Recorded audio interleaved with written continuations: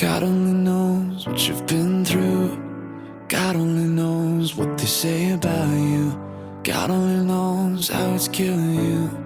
But there's a kind of love that God only knows. God only knows what you've been through. God only knows what they say about you.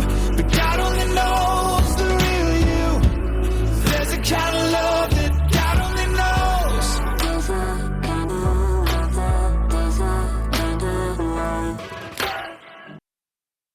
Welcome to Season 3, Episode 32 of Your Journey Is Not Over.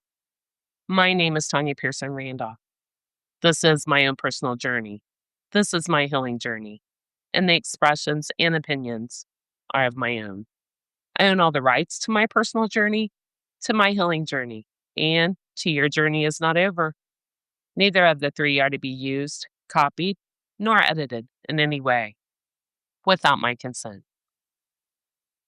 Well, getting right back into and reflecting back to those long, lonely days I experienced while I was in lockdown for 1 year and 9 months. 1 year and 9 months that I could have begun to work on past traumas, past pain, past failures, past heartbreaks, past setbacks, and past mistakes. Notice how every single one of those started with the word past.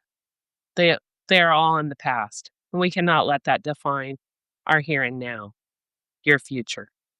But we must first heal our past so that we can make way for the future. Not let it define you. Instead, let it build you into who you want to become, who God built you to be. Every single thing along our journeys is in fact lessons intended for us to learn and grow and take with us, the good, the bad, and the ugly.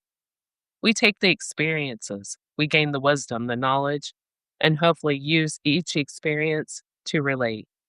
Be more compassionate, kinder toward others, and help to inspire others who are going through what you once experienced. Again, a domino effect. I now have witnessed that domino effect among friends that I now call my family. First, let me say throughout life, or in my life anyway, we meet people, all by design too. We meet others whom have went through, experienced similar traumas, tragedies, losses. And in my case, being open as I am, people instantly feel bonded to me because of the similar traumas, losses, or experiences.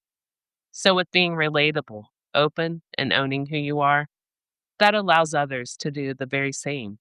And we form bonds because of the fact we are relatable and our journeys are similar. And to me, those people who once were complete strangers then become like family.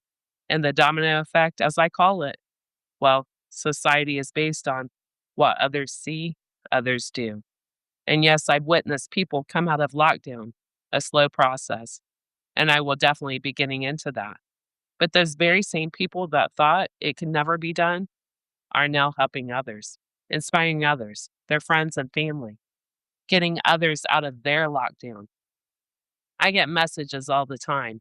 Hey, Tanya, I went to the dollar store today. Or I went to the car wash. Or I went to a drive-through today for food. And I get so excited. These are huge accomplishments to someone who had locked down mentally and physically. What seems small to others is in fact huge mountains to climb for someone suffering with anxiety, with panic attacks, or with fear of leaving their homes completely. And any steps is movement, progress. But first, it starts within the person that is in complete lockdown. It all starts with you. As I've shared with people in lockdown, get up at a certain time every single day. Start a whole new schedule within your city, your home. Make your bed when you get up. Believe it or not, it will detour you from wanting to crawl back in and sleep the day away. Bathe, shower, do your hair, your makeup. Don't a person always feel better with a hot bath or a hot shower? And females, don't you always feel better when we wash and blow dry our hair and apply our makeup? It elevates how we feel about ourselves. It helps with our self-esteem, our self-confidence. Just because you're in lockdown doesn't mean you can't look good, feel good, smell good, right? Then try and be productive. Clean. Clean out drawers, closets. Go through clothes. Discard all the unnecessary clutter. Take the time to get organized. One drawer a day, even. Again, is progress. And it has you on task, being productive, getting organized, which helps our minds and it gives you a schedule. An organized home does help with the lockdown. You begin to feel productive again instead of useless and hopeless, watching every day just fade into the next. What this allows is for you to take control. You decide what goes and what stays in your home, as you do with your life, mentally and emotionally. You begin to build back your power that you once had before you retreated into lockdown. As I share with everyone, there is a process to stepping back out into life, into your life. And it takes baby steps to rewire your brain from, well, this is it. This is my life for the rest of my life, to, oh no, this is not it for me.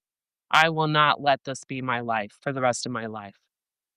We have to change our mindset and take control, be active, productive, get on a schedule every single day while in lockdown. Do the things we never had time to do before. Again, declutter, go through, discard, just like our minds. Go through, declutter, discard what no longer serves you. And as my grandma always said, out with the old so we can begin to make room for the new in all aspects of our life. If you begin to do these few things I mentioned, you will begin to feel better, be more confident, feel productive. It will bring your energy up, and the days won't just come and go and fade away. Make a list. Go by room, closet by closet, drawer by drawer, and declutter your home, your life. And do it while you have the time.